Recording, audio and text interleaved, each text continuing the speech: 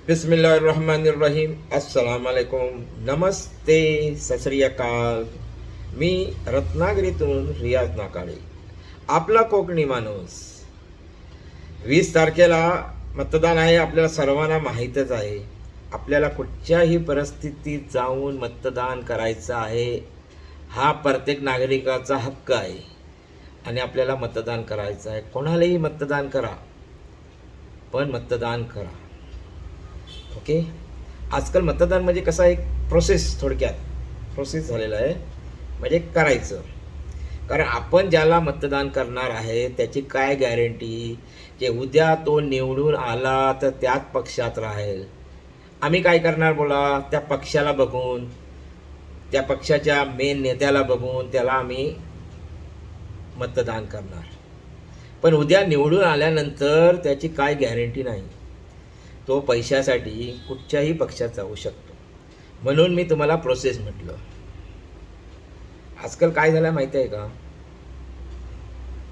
राजकारण म्हणजे एक पैसे कमायचा एक व्यवसाय झालेला आहे. व्यवसाय तुम्ही स्वतः आपण बघत असाल, आपण इथनं हातकंब्यात जातो त्यावेळी पण तुम्ही बघत असाल की आज मिरिया टू नागपूर रस्ता, मला वाटते साधारण त्या रस्त्यावरनं दिवसाला 500 गाड्या सुद्धा जात नसतील, तरी पण त्या रस्त्यावर 500,000 कोटीचा खर्च केला जात आहे. हा जो पैसा खर्चच केला जात आहे ना, तो जनतेच्या खिशातून पैसा खर्च केला जात आहे. ही एक छोटीशी गोष्ट आहे, ती आपल्या पण लक्षात आली असेल.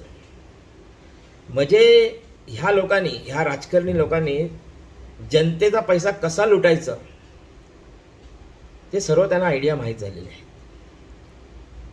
हे लोक काय करत आहेत, सरकारी अधिकारी असो किंवा कर्मचारी, त्यांना हाताशी धरून जिथे ज्या कामाला 10 रुपये खर्च येतो त्याच कामासाठी हे लोक 100 रुपये खर्च करत आहेत. लांब जायची गरज नाही. आज आपल्या इकडेच बघा, आज आपल्या आजूबाजूला, आज तहसीलदार कचेरीमध्ये जावा तुम्ही. आपली रत्नागिरी कशी एकदम छोटी रत्नागिरी आहे, त्याला काही एवढी गरज पण नसते. आज 2-2, 3-3 बिल्डिंग तिथे तयार करत आहेत. हे कशापायी तुम्हाला माहीत आहे? फक्त थोड्याशा आपल्या कमिशनसाठी, आपल्या पैसे मिळण्यासाठी जनतेचा लाखो रुपये खर्च करायचा आणि थोडेसे पैसे आपण कमवायचे. त्याचा दुसरा उद्देश काही नाही. गरज नसताना ही लोक कामं करत आहे. म्हणजे अशी पद्धतीने जनताच्या पैशाची नासधूळ करत आहे. आपण स्वतः बघत आहे. आज रत्नागिरी नगर परिषद, ST स्टँड, हे सर्व गोष्टी आपल्या समोर आहेत. त्याला कोणा सांगायची गरज नाही. किती वर्षानुवर्ष ती पडलेली आहेत अशीच.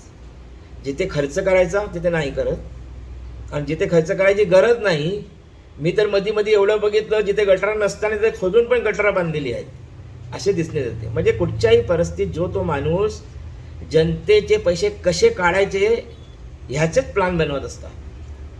म्हणून आपण हे इलेक्शन, हे सर्व गोष्टी बाजूला ठेवून आपण जनताने एकत्र येणे फार गरजेचे आहे. मी जे तुम्हाला सांगत आहे हा एक रामबाण उपाय आहे. ही लोक कोणी निवडून येऊन जात, सर्व एकच मालीचे मणी आहेत. ह्यांच्यावर विश्वास ठेवता येत नाही. आज आमच्याकडनं मतदान करून घेतील आणि उद्या दुसऱ्या पक्षात जातील, आणि हे चालूच राहणार. हे कुठे थांबणार नाही आहे. आता आम्हाला फक्त सर्व जनतेला एकत्र येऊन आपल्याला जनता युनियन बनवायची आहे. जी जनता युनियन आपली कामं स्वतः करून घेईल. ह्यासाठी आपल्याला पुढे यायला पाहिजे. वगच सोशल मीडिया किंवा ह्याच्यावर त्याच्यावर जाऊन काय बोलून काही अर्थ राहणार नाही व काही फायदा होणार नाही. जोपर्यंत जनता एकत्र एका मंचावर येत नाही, जनता युनियन बनवत नाही, तेव्हापर्यंत हे असंच चालू राहणार. वर्षानुवर्ष असंच चालू राहणार. आणि हे गोष्टी आता थोडे ह्याच्यात आहेत, ह्याच्या पुढे अजून पुढे जाणार आहेत. ही गोष्ट लक्षात घ्या. थँक्यू. धन्यवाद. जय हिंद. जय महाराष्ट्र.